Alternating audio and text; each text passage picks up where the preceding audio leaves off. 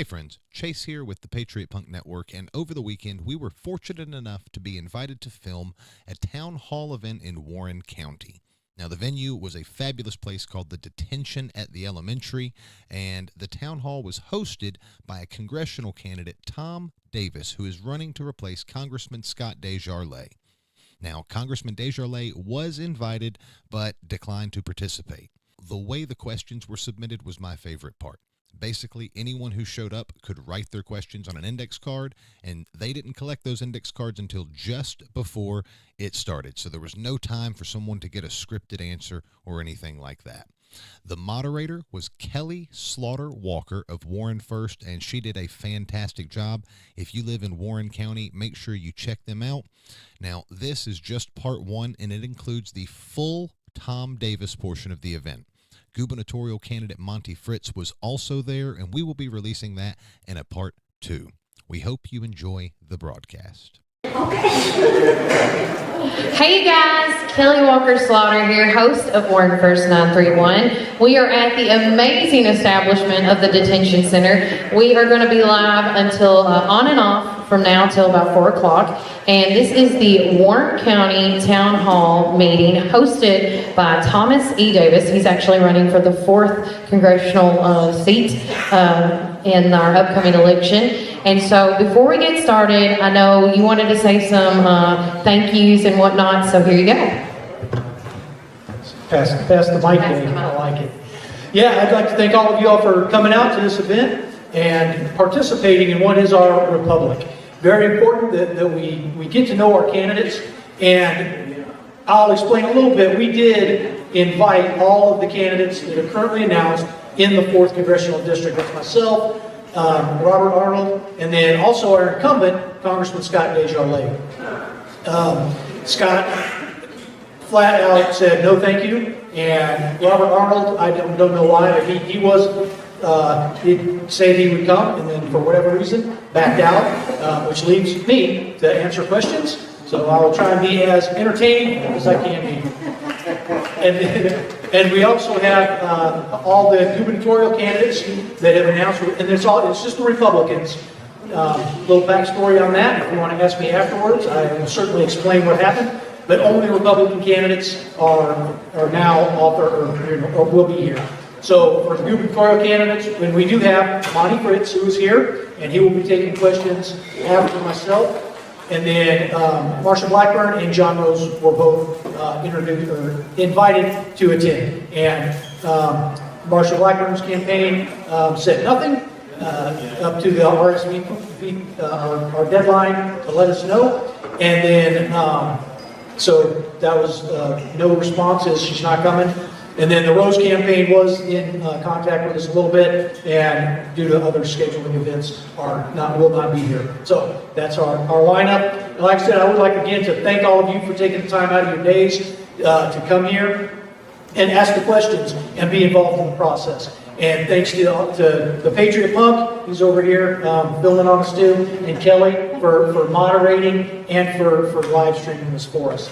So very important to the environment today. A lot of our news is coming from more local sources, more local trusted sources. I know I myself, I've worked a few times with Kelly on some other things, and so I know I can trust that as a source. So that being said, y'all are well aware that anyone that's online or broadcasting, if you have questions online, go ahead and start typing them in there. And then we have the stack of cards. And I have not seen them. Monty just showed up, so I know he has not seen them. So it's off the cuff for everybody to answer the questions as we see fit and to give you our responses. So with that being said, we're pretty we're okay on time. We've allotted an hour for myself and then an hour for Monty. But so if we have more questions, if y'all think of more, feel free to grab another card and write it up, or we can be pretty informative as long as we're all come right up. That's fine too if you want to come up. So with that being said, again, thank you all for being here, and let's get after it. So again, in no particular order, these are going to be asked. So the first one up, it says, will you be against mandates? And it says example vaccines. Yes. I'll talk a little bit more. Yeah, it's an individual choice. If you want to take a vaccine, that's absolutely your choice. But none of this should be forced upon you. And we all know we lived through the pandemic, and my family in particular had to make choices in that. My wife worked for the VA at that particular time, and it came down. You're gonna get this shot, or you can't work. And we made the choice to not take that vaccine, untested, unproven, and as we see now how it's playing out, that especially our younger folks are paying the price for that being compelled upon them. So absolutely not. That's a horrible idea to mandate that, and it goes all the way down to our kids too. So hope that answers the question. And I'll also, as a, citizen of the United States, one thing, we didn't get the COVID shot, and I was very fortunate to work at a place that didn't have to mandate that in our facility. And, and I'm still living and breathing, and we actually, before COVID became a thing, the doctor said, y'all must have had it before it was, and they told us, you do not need the shot. And so from a mom's perspective and just an individual, just always listen to your doctor and take the advisement of your doctor if you trust that person, Next question, what is your message to Gen Z, or Gen 2 or Gen Z? Thank you.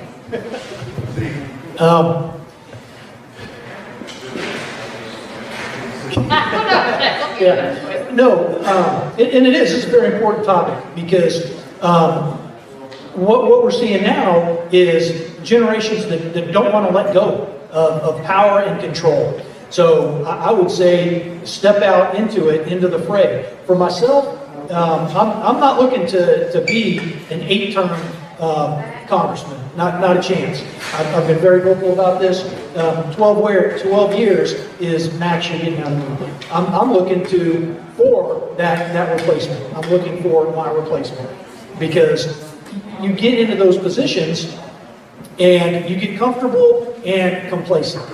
And we see that now in our current representative, who is now just going along to get along. He's voting yes on raising our debt ceiling. He's voting yes on these continuing resolutions. And you got to look at the votes a couple down. He's voted yes on transgender affirming care in the military. And as I served almost 25 years in the Army. And outside of any type of police system, that's a horrible idea for taxpayers to be on the hook for an elective procedure, and then the animosity and the degradation of our forces that's going to cause. So, but you got to pay attention and be informed citizens, informed voters, and go to the polls. And that's how you're going to have to take it. And some of the things I know that they're struggling with are, for example, the buying a home. And what we need to do as Congress right now is set the stage for the success. 50-year mortgage is a horrible idea.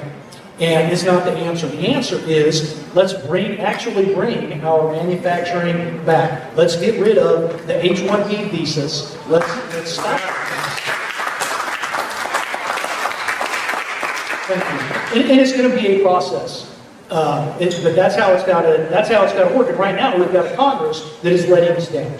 I mean, the U.S. House just took 2 months off because of this ridiculous CR. And again, these guys took 2 weeks off in April, I think it was. They took 6 weeks off in the summer. And there's typically, I think it's October usually, they'll have all the weeks that they're supposed to be, and I'm air quoting working, because it's only 2 to maybe 3 days a week. But all the other months, there's only 3 weeks that they're actually in schedule. So for those guys to be home that long is absolutely ridiculous. And then on the other side of that too, with the accessibility, all that time off, and where was our representative? He's nowhere to be found. So back to the original question, the message to Gen Z is stay in the fight, engage in it, and be part of the process. Come to the town halls, make the phone calls. especially from your districts, and be part of the party, Republican Party, conservatives, and America First is more what I'm framing it as now, because that's what we need to look at. We need to really focus on what we have going on here. So I hope that was a roundabout way to be clear, and I hope that was a good enough message. Yeah, I think so. And it's like me and Tom have said on and off air many times, if you want to make or have change, you have to be the change. So be involved. Next question. Can we as citizens, veterans, put more pressure on the federal judges to understand the president in the top law of the USA? And it also says it's hard enough to get a lot done in the in the 4 years. Judges keep blocking the president. So yes, that's a great question. And I would say the pressure needs to be put on Congress, because constitutionally, we hear the three separate but equal branches of government. That's incorrect. They are not equal because they have separate jobs. They do different things. There is overlap. And constitutionally, the question is like, okay, how many judges originally did we have, federal Supreme Court justices per the Constitution? The answer is 0. The Congress then filled those positions, filled those lower positions also. It's up to the Congress, and then just like we pass regular laws, the president signs it in. So what we should be seeing is Congress stepping up and very clearly defining the roles of those lower courts, and stop in the judicial tyranny. It's a long march to where we are today, but we are absolutely living under some judicial tyranny. And so that question is veterans, especially through your veterans organizations. And to any of my fellow veterans out there, if you are not part of an organization, Veterans of Foreign Wars, American Legions, the VVA, if you're in the Vietnam era, the Marine Corps League, whatever, put your name on the rolls or put them on all, and then as best you can, participate. Because this comes down to lobbying, because all these organizations are indeed lobbyists. That's one of the things that I actually try and combat within the veterans organizations, the VFW, American Legion in particular. But you get this going around, this thought that we are non-political. We are absolutely political organizations. Yes. We're lobbyists. What we actually are is non-partisan. So you don't pick sides. So whoever, because we're throughout the nation, live in different districts that are, controlled, I guess, or represented predominantly, either Republican or Democrat. And so you open the floor to everybody. And something I've talked about too is within our organizations out here is writing letters and asking one candidate, in particular our elected representatives, to come down and answer these questions for us. How are you representing veterans? Because we hear it all the time. Oh, I support veterans. Until it comes to votes. Again, you got our current representative voting yes on transgender affirmative care. You've got, they for some reason can't figure out how to actually do business in a way that keeps the government open. So our active duty troops are getting paid.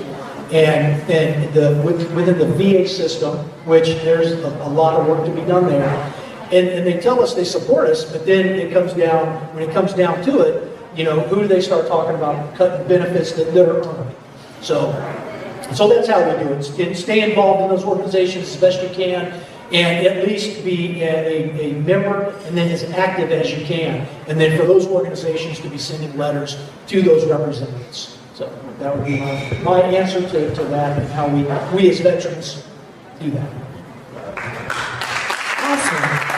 This next question starts out with a Bible verse. It says Deuteronomy 28:23 warns, "A nation that you have not known shall eat up the fruit of your ground and all of your labors, and you shall be only oppressed and crushed continually."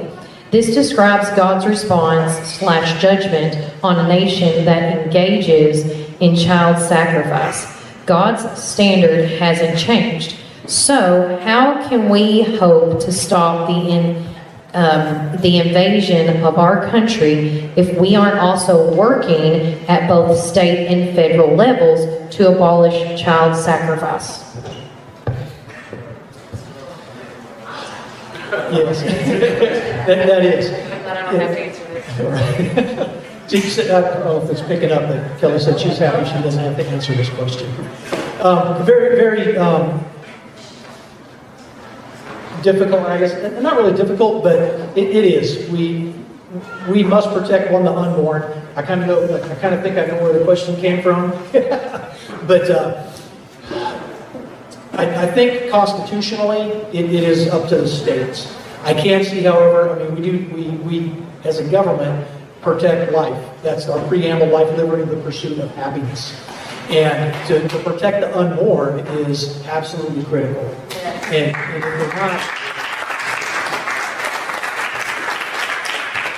And truly, if we say we are a Christian nation, then we should be putting that on. And some of the things we see as we talk about this since Roe v. Wade has been overturned, it's unfortunately, actually, the abortions have gone up. And we actually, the thing we have going now is the pill to take. And what we don't talk about on this is the complications that it actually causes for the mother too. Upwards of like 40%. Yeah, side effects, just like we already talked about the vaccines, right? And for that's horrible on both counts. So should we be legislating this? Yes, we should. And like I said, the states, and that's the difficult part, is because constitutionally it's difficult to lay that out on the federal end. Now, so then that turns it over to who? The states, and then we the people. And so, then the other side of that is we should be hearing this stuff in our churches. We should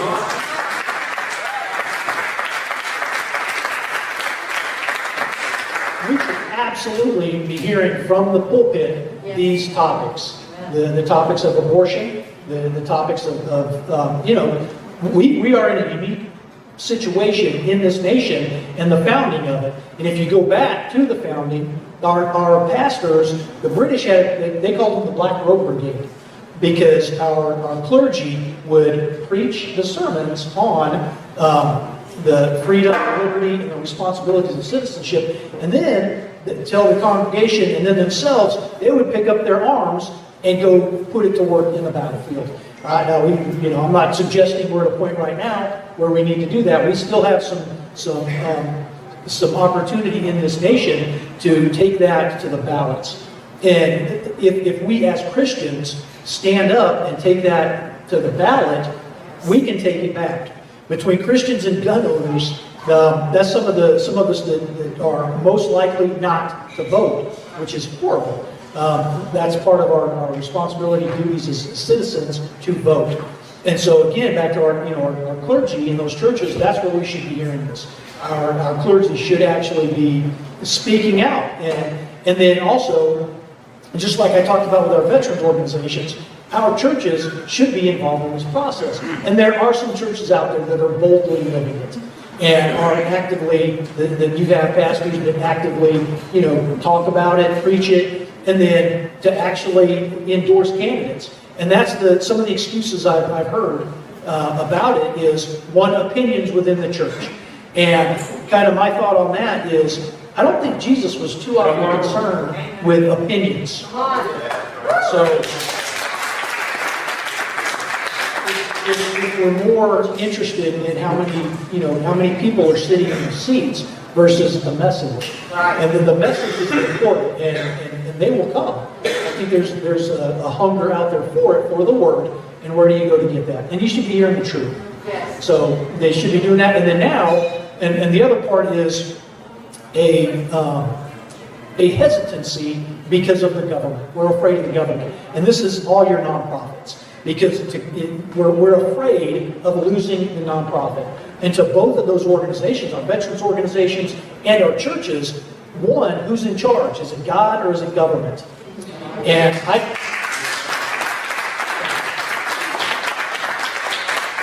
as a Christian, the answer is God. So as Christians, why are we in fear of our government? We've got it twisted. Or we have allowed it to be twisted. And as Christians, as churches, as the church, we should be taking it back. And for veterans, especially when I'm standing in a room full of, at a VFW meeting of combat veterans, how have we gotten to a point where the nation's warriors are afraid of the government because of a nonprofit status? Horrible. So, and we should be demanding this of our organizations, of our clergy. We should be hearing these. And as a church, then, supporting those within the congregation that are running for office. You should absolutely have a church that is lifting you up on that mission. I'm my 3 minutes on these questions. I didn't know I was supposed to be keeping time. Tom, come on now. Next question. With the youth voters being more susceptible of the Israel, how do you feel about U.S.-Israel relations going forward? So, I think all of our money going overseas, we need to take a hard look at.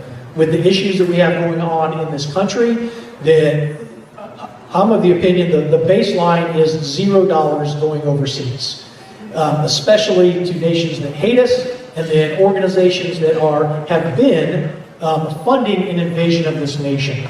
And then as far as Israel, and that one in particular, I will say as a nation, the nation of Israel has every right to be defending itself. Our involvement in that, again, back to funding, we can look at that. Because the case can be made that this nation of Israel is not the Israel of the Bible. And for that, I look to Matthew 21:43. Because, I mean, who killed Jesus? They missed the boat. And again, not to say that any harm to them. They've still got time to understand that they missed that and to accept Jesus. And like I said, as a nation and as an ally, we can take a look at it. But right now, with the state of this nation and our economy, we need to be sending just probably about $0 overseas. It's crazy we're following all these questions about with Christianity and with Israel, and this comes up to this one. Do you consider yourself a Christian? And how long how long would you share your testimony? How long? That's okay. I get it. I'm just Ron Burgundy up here, guys. I got you. So the question is, do I consider myself a Christian? Yes. How long have you been a Christian? How long? Yes. And I think this kind of goes with sharing my testimony. Absolutely. So my full walk to it was a long road, and I don't have any. I can't point to like the day, the time, the hour, and that's something that I struggle with, because I hear testimonies like I remember right down to the minute, and I don't. But I have some events throughout my life that have kind of led me to it, and then and just some times overseas, and I believed, but never really stepped into it. And so, fully took it on and understood, yes, I understand there's a God, yes, I understand, Jesus, I read the Bible, and lived a life of, sin, like we all do, we all struggle with it. But the watershed moment for me, I guess, was, and my ex-wife had wanted me to read Lee Strobel, The Case for Christ, because I'm very logical, and I guess probably by definition doubting Thomas, and so I really need to see things and to have an understanding of them, and to be able to logically to see.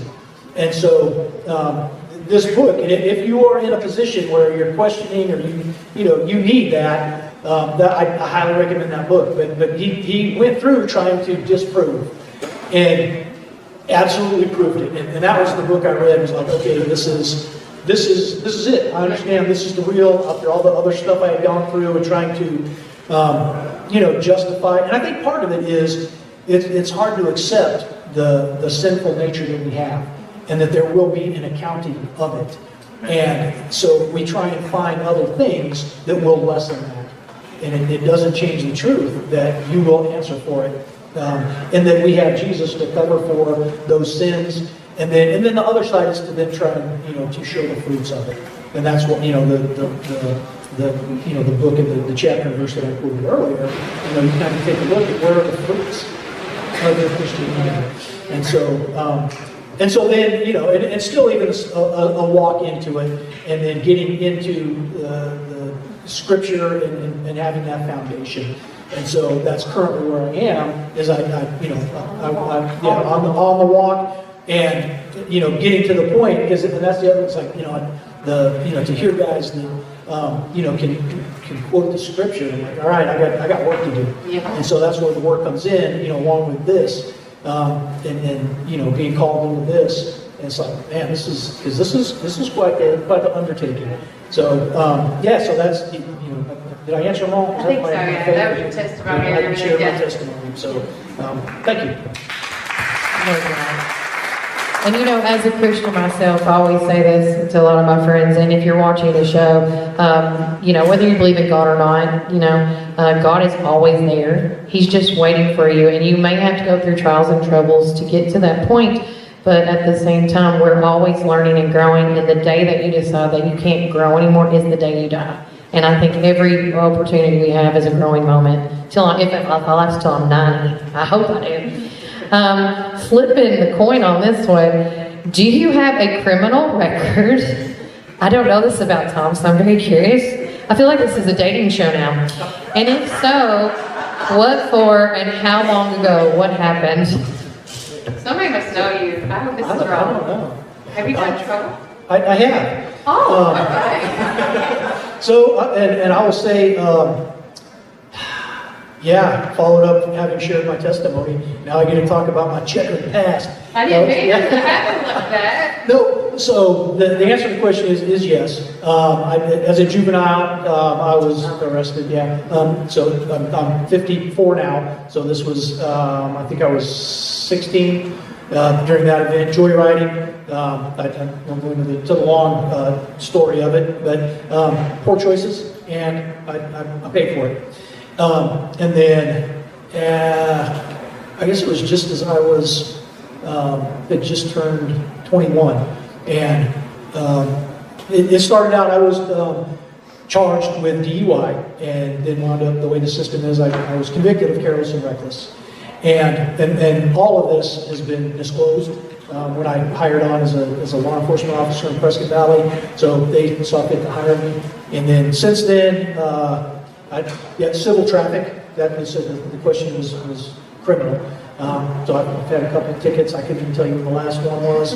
And then when I went through the background check to join the police department, they couldn't even find that careless and reckless. So all right, that's how it was. That was when was it? Early 90s. So and like I said, I think I got a couple speeding tickets. That's what I did. So so that's all I've been caught doing. So not that there's other stuff. Especially with all these speed limits changing on a whim, you can't tell anymore unless it's on your phone when it goes click. You're laughing because you know it's right. All right, next question. It says, senior citizens work their whole life and pay off their home Social Security, and Social Security doesn't cover much anymore. Can we do no property taxes for those people? That's a good one. That is. And, you want to hold on to that just in case? So, and this one is more of a state issue, to have no property tax, and even more so county. So this is more at a county level, and I'm absolutely, and I'll back up a little bit to the Social Security. One, strange to me that, yes, and we have no choice in it. The government just yoinks this money from us, and it's been changed. Social Security was never meant to be a retirement. It was supposed to cover a gap between what you had set up for in retirement and inflation. But however, since its inception and creation of it, we have been led down this road that that's your retirement. And unfortunately, we're in a position now that we have got to start talking about this stuff. Myself, I'm looking at, when I get to that age, I'm already looking at a 70% reduction in what I should receive, which is ridiculous. So, and now can we just say we're going to stop? No. But we do need to have a plan to get out of that. Sunset it, and there's, again, has to be a plan. We have to come back in school and in our families and teaching our kids how money works. And understand you are going to be on the hook for this. Because again, where in the Constitution can we say that the federal government should be doing this? And as far as Social Security. So like I said, we can't just flip the switch on this. We do have to have a plan to do this. And that's kind of, as I've gone through this, a realization that I will have to vote yes on some unconstitutional stuff. The caveat then has to be that there is a plan to get us back to the Constitution. Otherwise, yeah, no, this is, we've got to talk about this. And then again, those property taxes, yeah, start talking to your commissioners and your county executive, and yeah, that's horrible to have paid off your house and then you don't own it. That, you know, if we think we own our homes, we're delusional. So that's where that question lies. Monty may want to take it over now. That's a both question. Oh, it's a both. Yeah, that's a both question, so he better mentally prepare for that one. If elected, how will you support the Tennessee walking horse industry? So I will actually work to solve the problem. From what I've seen, there is a problem, and I will say some of it.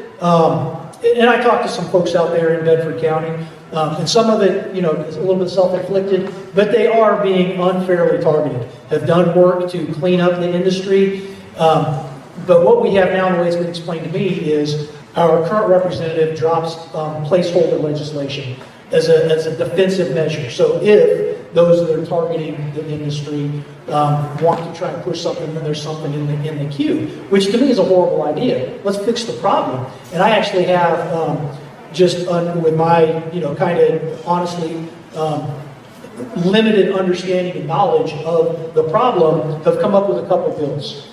But you get the industry itself involved, and then and you know, get the parties together, because this is big.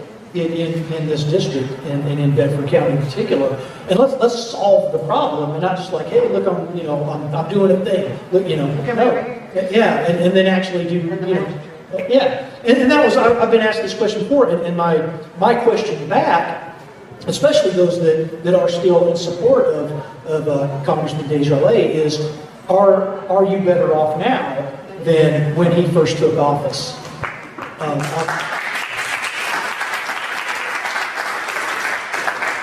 And you know what? When the one particular time I was asked that question, I kind of got the deer in the headlights. And I was like, well, you know what? Yeah. So yeah, put it into those terms. Are you better off there for having had Congressman DesJarlais for 8 terms? So.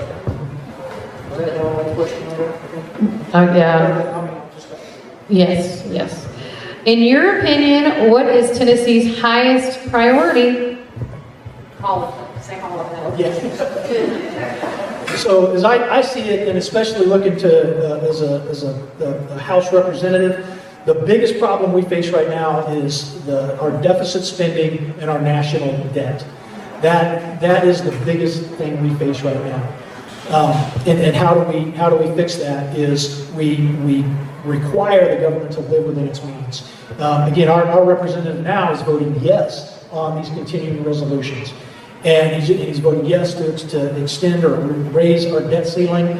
And it's kind of hard to say, But what we have is two parties that are they're the same coin. The only thing they're arguing about is what to spend the money that we don't have on.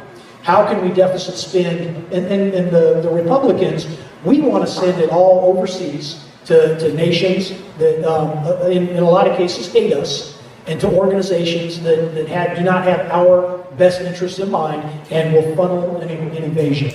You have on the Democrat side, similar, but then they want to also overspend our money on illegals here in this nation and non-citizens. That was, we just went through the shutdown, and what kills me is these guys, it's like a big surprise. Wait, what? We got illegals that are getting access to our taxpayer dollars? It's like, yeah, really? It's like, how do you not know? And then, like with our food stamp program, it was 59% of those receiving those benefits are non-citizens. Not necessarily all of them are illegal, but non-citizens. That is crazy talk to me. That you're not a citizen and you're getting this. And then even that program comes back to show me in the Constitution where this program is. And I'm not saying we should not help those that need some help. But the federal government, one, it's not in their charter to do. It's not in our contract as states and as citizens for the federal government to perform that function. Who's better served to do that? The local level, us as citizens, and we have prime examples very recently, just last year, with Hurricane Helene coming through. And just as an example of who's better served, or who better to serve these local communities and citizens. But who was there faster? The FEMA or local agencies? The answer is local agencies. Your churches. That's and that's how we as Christians then, hands and feet, take care of our own at that level. And think about all the resources that are soaked up in administration coming, so they got to take it to Washington, D.C. and then dish it out. That horrible idea. So if it's not constitutional, we need to get it to who's best served doing it. And in a lot of these cases, the federal government is not our best hope. Thank you. And on that note, with the SNAP, benefits, I want to say thanks to all the Warren County locals and organizations, the churches, and including our very own Zaxby's that stepped up immediately and stated, hey, one meal per day, whatever it was, because it's like you said, the local people always stepped up first. When the North Carolina thing happened, people stepped up first. I remember Warren County had the clothing bus, and how many times did it go up there? Randy England took up there, and that guy kept saying how much appreciative he was, so grateful of local people. And that speaks volumes to me. And if we have that much local help, I don't mean to take your time, but this is how I get sometimes. If we have that much local help, why can't we keep it local? To a point. Next up, what is your position on the Second Amendment, repealing constitutional gun laws and true constitutional carry? This was actually pretty easy to answer. It says what it says. Shall not be infringed. The 1934 National Firearms Act and the 1968 Gun Control Act are unconstitutional and should be repealed. And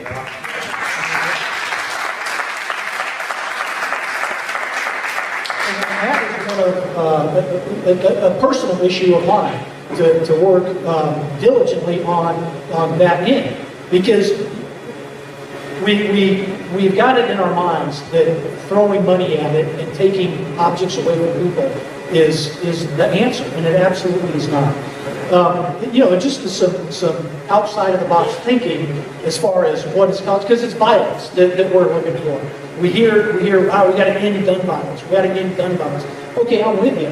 However, how about we just take and I'm not saying what I already said, but the root of that phrase is violence. So what do we need to do to address that? Some things I've thought of, and this is, as a society, we've kind of looked down on, but that one-room schoolhouse, that has got what got us to where we are. And there are some advantages to that. So what I'm saying there is smaller classrooms and more direct contact from those teachers.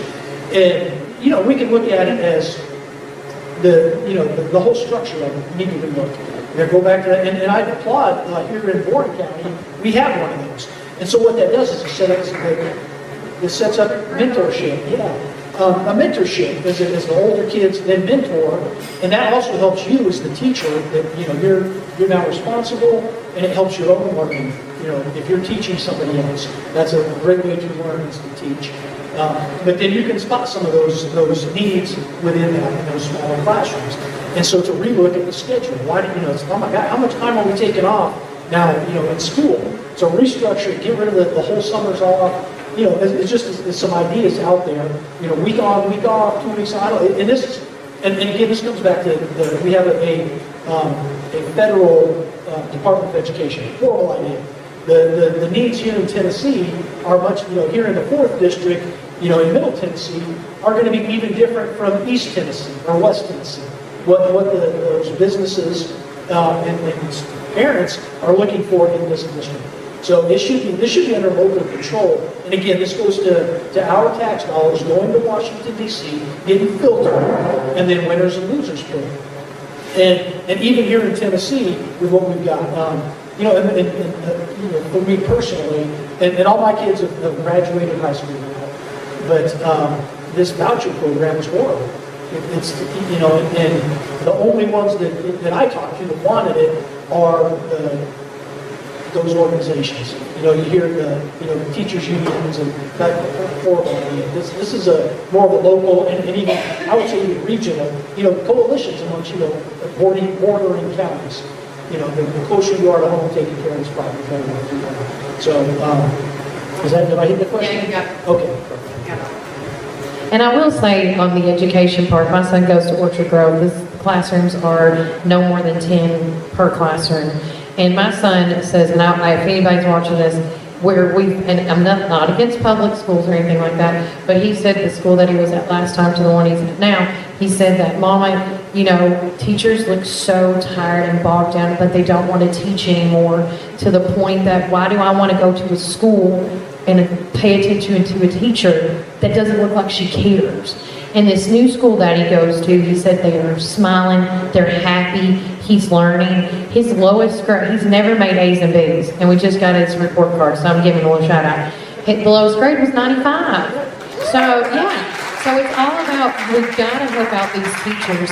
And the only positive I would like to add to your voucher, if there has to be one, is those kids that don't have that opportunity to say go to a private school to get that education, because they might wake up, what's it called? They wake up and they're Einstein, they're the prodigies. That's the only reason I could see that being something positive. Yeah. So we get into this, is that a both question? I hope it is. Oh, I haven't read it yet. No, I'm going back to the schools a moment. I hope that's a both question. Because the answer is not throwing money at it. Because then what's the question? How much money fixes the problem? The answer is we don't know. And does our government just want to grow? Like, we need more money. No, knock it off. Kick it down to that lowest level. I think it's what, 19,000. I think is the number I heard, about $19,000 per student in this state. I think it was roughly, like 7,000 or so comes from the federal government. And then, so that leaves Tennessee on the hook for the other 12. My number, I could be a little off. But one, the federal government shouldn't be getting that. But again, it's not necessarily how much money you're throwing at the problem. So, yeah. So we got to look at some other things. All right, this is a both question as well. The number of Muslims in Tennessee, how do we stop the Sharia law? Is that how you say it? Sharia law, and their religion and Christian religion so not mix? Okay.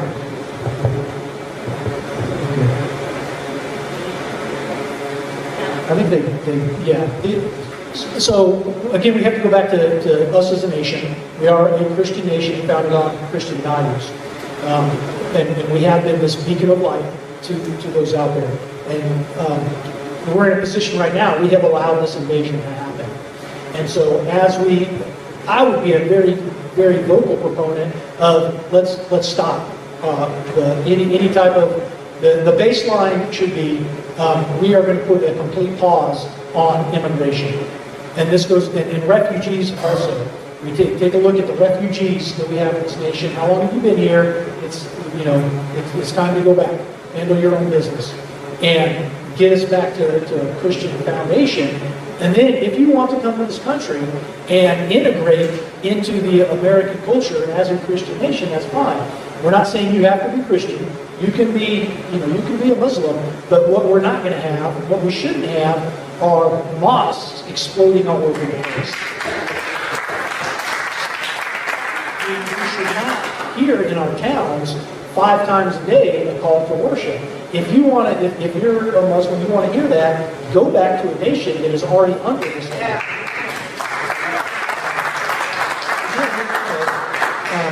And those that are here, illegally, and those that are here to not, to cause us harm, and they're very open about it. If we just looked at what happened in New York City, they are very open about it.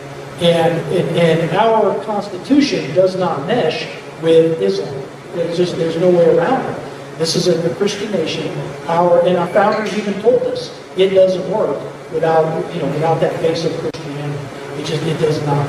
So, and if we need to, unfortunately, pass laws at that federal level, because again, you look at some of these towns, Dearborn, Michigan, was it Minneapolis, I think is it Austin?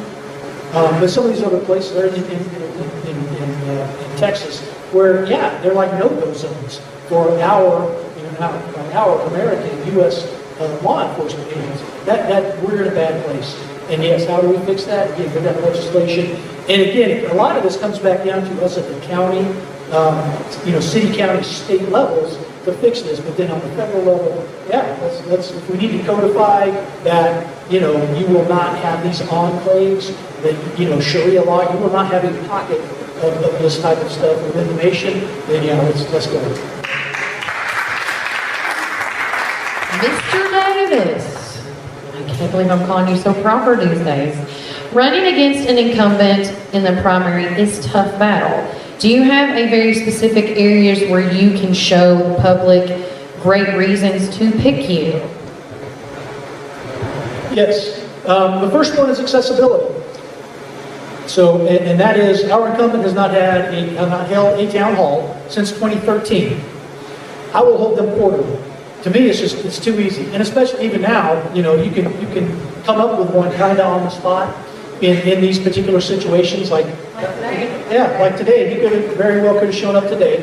It's a Saturday. I guarantee if he's in Washington, whatever, he could have set his schedule to be here. And even that, going back to that, how much time they took off. So quarterly town halls. Too easy to come back and say, call, I'm a Republican, or, in the Republican Party. And again, invite everybody. And this is how I talk about it, is we can have the discussions, and we can talk like adults. If you're coming to do that, that's fine. If you're coming to act like a child, you're going to get treated like a child and be asked to leave. If you can't do that, then you will be escorted out. We're here to have some civil discourse if necessary, explain, and I'm laying out ahead of time my votes on how my principles, my values, and how I vote in the lens that I'm looking at it from. And again, we're getting some wavering from our congressman and how he's voting. And some of that is again, these votes. So I already mentioned he's voted yes on transgender for nuclear in the military several times. I'm a hard pass on that, on several different levels and reasons. So you'll see that difference. An actual effort to solve problems within the district. An actual effort to get the federal government out of our lives, out of our houses, out of our pockets. And that's some of the biggest ones. So. Tom, would you vote to repeal the Patriot Act? Yes. We've had some more folks filter in, friends, obviously. Yeah, absolutely. That was oh my gosh. So this takes us back to currently, we have our representatives voted yes to to slip money into the CR for our senators that were spied on. They authorized this. When did that? Yeah. So I don't think. Forget the timeline. That was earlier. So Congressman DesJarlais is not there to vote for that, but we do have representatives that were serving and voting yes, and now they're mad and they're trying to take taxpayer dollars because they've suffered some, whatever. But it comes back to that CR. Yes, it's a horrible idea. This one makes me a little irritated. So I see you called back to get bread. Let's get the Santa suit on you. Oh my gosh, you got the cherry cheeks. The Patriot Act is a horrible idea, and it has done nothing. And it's how they misname those. They call it a Patriot Act, and all it has done is been turned internally and targeting American citizens. So the answer is absolutely. Let's get it going. Tom, will you take money from, I'm going to say APEC, PAC? If this is the one I'm thinking of, the answer is no. I'm not going to say I will not take PAC money, but I will be very selective in the PAC money that I take. They must support values that I hold, and then the understanding that does not gain special access or special leverage on me to vote. I represent the citizens of Tennessee's 4th Congressional District. Ideally, I do not have to take any money from PACs at all. My call is for us as individual citizens, because it does. The fact of the matter is, it takes money, especially to be an entrenched incumbent who is not looking to leave anytime soon, even though he ran on 12 years. He ran on term limits. And again, he's in this will be 16 years at the end of this term. But ideally, it's those small, $10 a month. Go onto my website, go onto WinRed, $10 a month, $20 a month, and contribute that. You're skin in the game at the federal level to fund this campaign to take what is our voice to Washington, D.C. So that one in particular, that's the one I'm thinking of. This one's a long one. It says, on the heels of the longest government shutdown, what are your thoughts on, I'm not going to be able to read it. Is that consequences? You wrote in cursive. Oh, okay, I'm getting a nod. What are your thoughts on the consequences for legislators that burden the work of the American people? Aren't doing the work of the American people. Okay, there you go. And then obviously no pay during, I'm going to say the absolution, or a shutdown. But what offer consequences should be imposed and special elections too? Kenny, is your writing? Let's just do one at a time. Let's do it. So what are your thoughts on the consequences for legislators that burden the work of the American people? Let's start. They burden The work of the American people. Okay, and I think this legislation, Yeah. Obviously, they don't need to be getting paid, but what other consequences should legislators suffer for not? I got you. Little work. Yeah, they shouldn't be getting paid. They should suffer at the ballot box. Again, they all, and some of this is leadership there, or lack thereof, and I focus more on, like I said, on the House of Representatives. But, they took a big vacation. They're going to get paid, which they should be. But, as one legislator, can I try and push legislation to put that in? Absolutely. Will it pass? I can't guarantee any of that. So the other consequences is then they come back, we need to remember this stuff through the shutdown and the type of legislation that they're passing. And it's the primary is where we send our message. Like we're done with the nonsense. You guys, you go up there, you're sent up there to do a job. Do the dang job. Goes back to all the time they took off over the summer, all the time they took off, and then back to and our representative, extra days off he's taken this year, and he's got a pretty poor attendance rate. Look this up, and the numbers have probably changed, but he's in the top 100 of having missed the most votes. This year alone, he took extra time off. Back in January, we had the storms, which, and I called and asked, and it was like, well, the weather. Okay, I can accept that, except every other national representative, our senators and our other congressmen, made it to Washington, D.C. to cast their votes. At the end of the day, that's what you're getting paid to do, is go cast your vote. And he said, yeah, no thanks, I'm out. And a couple other times. They go look at his record. So, but that's how we send that message. Another consequences is at the ballot box. Start switching these guys out. And I would say for every party, because we're always at the time we're in there. That's right. We better wrap it up. Okay. So, that was other things. Is at the ballot box. Okay. There you go. So do you want to do one more? Yeah, we can. And then Okay. so we could have. We're actually not set to switch over to 250. What time are we at? We're at 2 o'clock. Oh, Oh, awesome. no, those are sorry. Yeah, 250. Okay. So let's see. You know what? Let's do this. And I Monty, said- are you good on time? Monty, are you good on time? Okay. You want to just do the last three? Yeah. Okay. Just talk faster, Tom. Use less words. I need everyone to listen fast. Healthcare is out of control. Insurance companies make, oh, good Lord, y'all. I love your handwriting today. Billions, thank you. What kind of plan action can you and the federal government talk to address this corruption? The answer is get the federal government out of it as much as we can. Yep.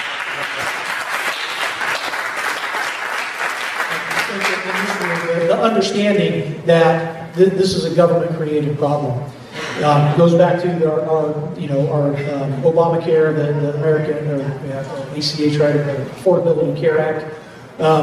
If we're at the point now, we have to subsidize the mess out of this, so we're redistributing wealth and we're mandated to do these things. This goes to a lot of things, to get the government out of this, because what happens is then these companies know that they can just start boosting prices. And so who suffers? We do out on this end of it.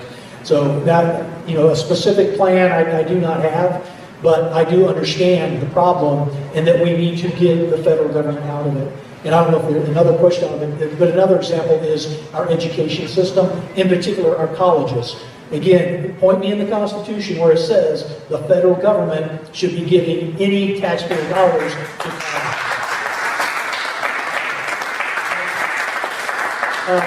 And you see, especially for what we're getting out of these colleges. But you take that back, make it more free market to colleges and our healthcare, and you get a better product.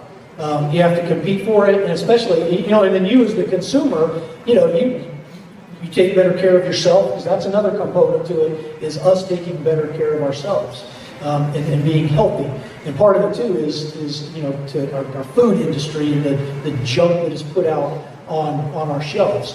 But again, it comes back to us, and there is individual responsibility in all of this.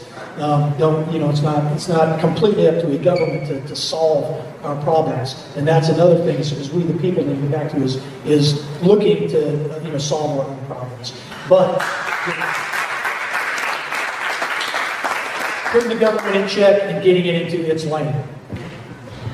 Next up, what can you do to save the hemp industry? And again, this is and it goes back to our ag bill. It was 2018 that they passed this and said, yay, you can grow hemp. And I don't know if y'all are aware of this, but hemp is a far superior product to cotton. And it has over, 25,000 uses versus several hundred for cotton. Let me address the question specifically. Is again, let's get the federal government out of it. Why are they regulating this? Yeah, less government. I mean, I probably could have just answered that and wrapped it up. Less government. But again, it's a far superior product. And then, and this is an argument that's used on us all the time.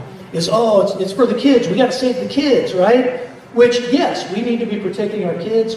However, to say we can't have this product, and I don't use the CBD. I do understand that it's helpful to a lot of folks.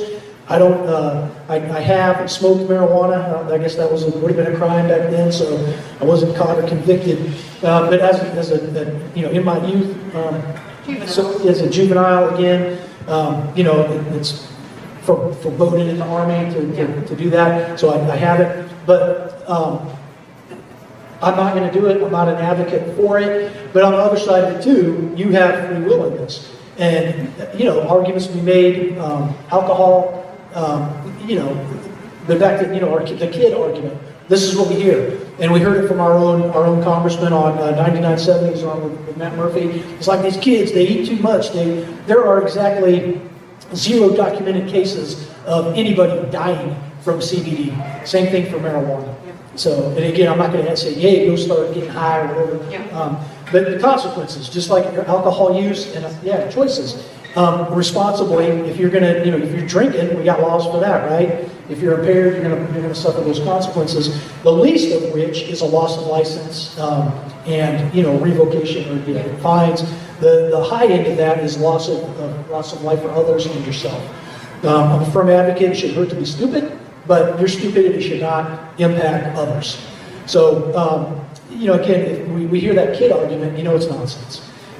Again, not to say we should be watching out for our kids, but let's be realistic about it. And then to protect that industry, let's farm it. It's a very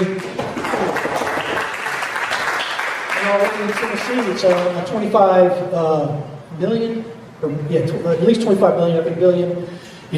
All the numbers. It's a lot of money. It's big in Tennessee already. Like I said, it is helpful to people. So probably more helpful than those that are using alcohol to deal with their problems. So that's what we do. Let's government. Thank you. And I always say this too. I think when something that could be a good thing, it's up to the person to make it a good choice or a bad choice. It's not the government. We have recently witnessed the President of the United States target Republicans who have stood up for our constitutional rights. How do you plan to navigate the peer pressure in the go along to get along government? Oh, awesome.